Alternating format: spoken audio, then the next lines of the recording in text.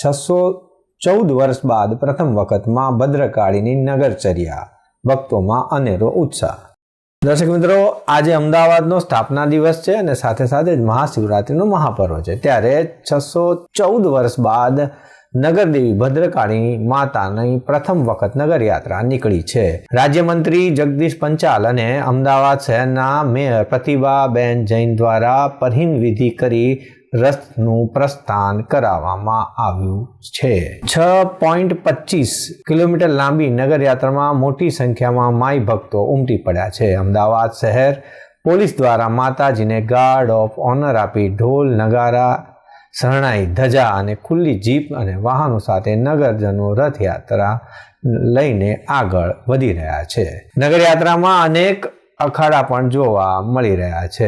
AMC office ખાતે પહોંચેલી નગરયાત્રા mayor, standing કમિટીના chairman, પક્ષના નેતા સહિતના પદાધિકારીઓ દ્વારા ભદ્રકાળી મંદિરના ટ્રસ્ટીઓનું સ્વાગત કરવામાં આવ્યું હતું। માતાજીનો રથ અમદાવાદ મ્યુનિસિપલ કોર્પોરેશનની ઓફિસ પરિસરમાં પ્રવેશ્યો હતો।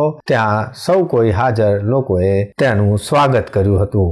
યાત્રાના રૂટ પર માતાજીના રથની આતુરતાથી માઈ ભક્તો રાહ જોઈ રહ્યા હતા। રથયાત્રા પસાર થયા બાદ એએમસી દ્વારા સફાઈ કાર્ય પણ ખૂબ જ સુંદર રીતે કરવામાં આવ્યું હતું।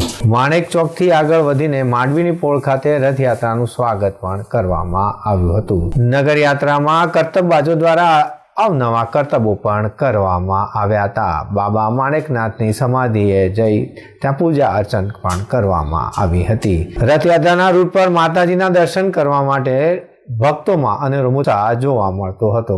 નગરયાત્રામાં કરતબબાજોના કરતબ જોઈને પણ લોકો ખૂબ જ પ્રભાવિત થતા હતા। 3 દરવાજા ખાતે હાજર સૌ કોઈ લોકોએ માતાજીની આરતી ઉતારી હતી, જ્યારે મુસ્લિમ સમુદાય દ્વારા રથનું સ્વાગત પણ કરવામાં આવ્યું હતું। આમ ખૂબ જ ઉત્સાહ અને આનંદપૂર્વક માઈ ભક્તો દ્વારા તેમજ સૌ કોઈ લોકોના ઉત્સાહ સાથે અહીં નગરયાત્રાના દર્શન કરીને સૌ કોઈ લોકો ધન્યતા અનુભવી રહ્યા છે।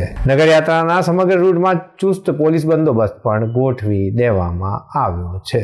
રસ્તામાં સૌ કોઈ લોકોના ઉત્સાહ અને આનંદથી સૌ કોઈ લોકો મા ભદ્રકાળી નગરદેવીના દર્શન કરી ધન્યતા અનુભવી રહ્યા છે। દર્શક મિત્રો, આ હતા અત્યાર સુધીના સમાચારની ખાસ ગતિવિધિ માટે આપ નિહાળતા રહો એસ લાઈવ ન્યૂઝ બુલેટિન। નમસ્કાર।